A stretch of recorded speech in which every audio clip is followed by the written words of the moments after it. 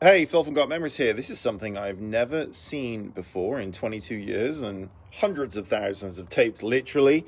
Putting it in, and then check this out. It's gonna play. Wait for it.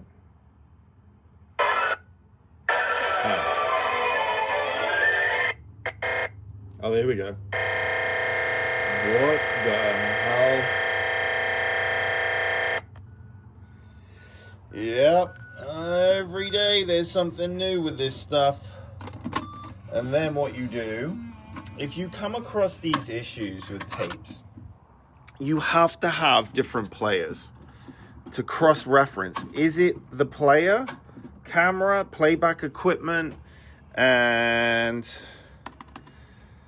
if it is, that's why you have multiple players. And if you're getting the same thing, see that there are problems with this tape serve. All right, so there we go. So now what you do, you take another tape from the same batch. Now I've seen this staticky stuff at the beginning of this customer's tapes, and let's have a look here. We're gonna do one. Kill the audio on that. Okay, so let's see. Bit jumpy. A lot of these tapes have not been played in decades. They haven't been exercised, they haven't been ran. So that's why the first time I touch them, sometimes where they haven't been touched for, but they haven't been ran for 30 years. So, like anything, it's like starting an old car. There's going to be some coughing and spluttering and who knows what. And usually the cough and the spluttering happens with the, happens to affect the player with the heads. So, God, what number was that again? So you just constantly have to remember all the serial numbers and all the stuff. That was tape 5. Okay. Okay.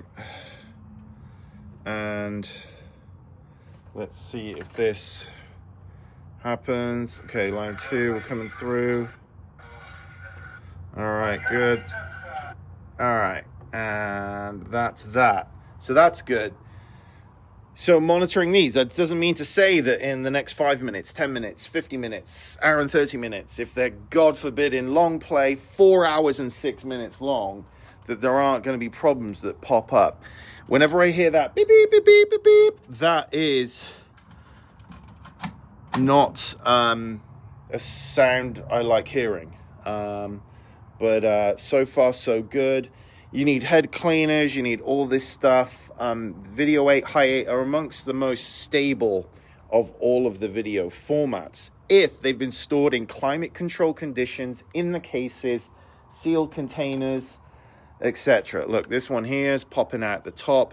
If you sent this off to all these shite companies, they take one look at that, they take your money, but they go, oh, there's a problem. Nope, sorry, we can't transfer it. They don't do any fixing of anything. I mean, this is straightforward. If you've got this issue right here, lift the lid and then you've got to wind it on, and I'm one-handed right now, but you can be very careful.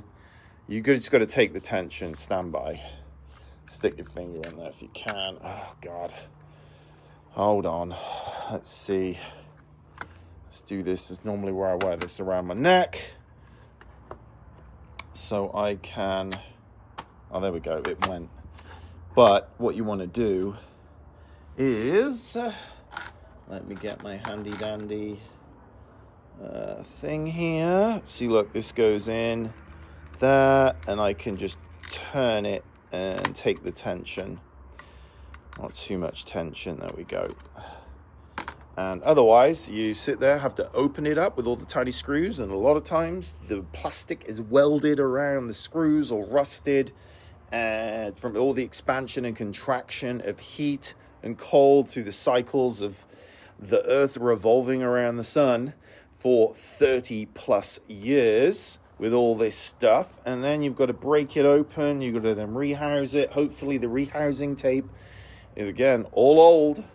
Has got the same issue. Sometimes when I'm doing these tapes and I'm opening them and I take donor tapes or new, quote, new tapes, that even the new tapes are 20 years old and stuck in the sealed plastic, been in a hot warehouse somewhere in the world, I might have to bust open, 2, 3, 4 tapes with stripped heads and all sorts to get them to go. This is all time and skill.